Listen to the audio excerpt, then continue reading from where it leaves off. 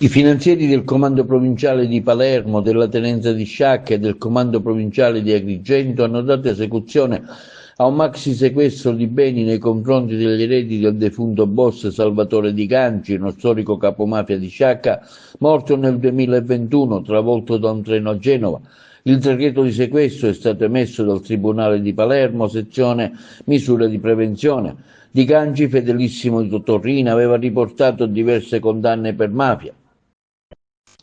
Ultima in ordine di tempo, quella a 17 anni nell'ambito dell'operazione Montagna. I sigilli sono stati apposti a 2 appartamenti a Ribera, Sciacca, un magazzino e 17 terreni a Ribera.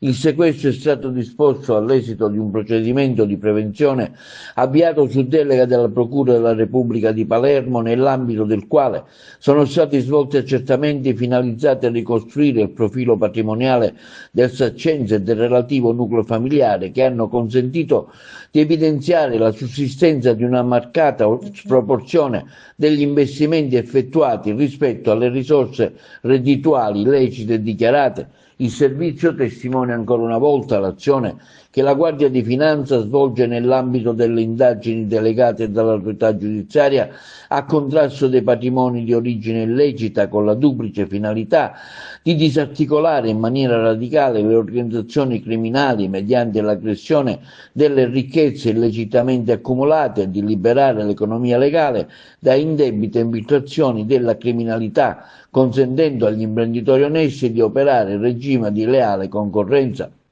Così quanto disposto dalle Fiamme Gialle, il provvedimento, in attesa del contraddittorio che avrà luogo nell'ambito dell'udienza fissata davanti al Tribunale. Di Ganci era stato scarcerato dalla Corte di Appello di Palermo sulla base di una perizia che ne attestava deficit cognitivi. Lasciando il carcere si era recato alla stazione per prendere un treno, ma venne trovato morto sul binario. Il nome di Ganci era riapparso in un'altra inchiesta sul resort Torre Macauto, albergo di lusso sul litorale di Sciacca.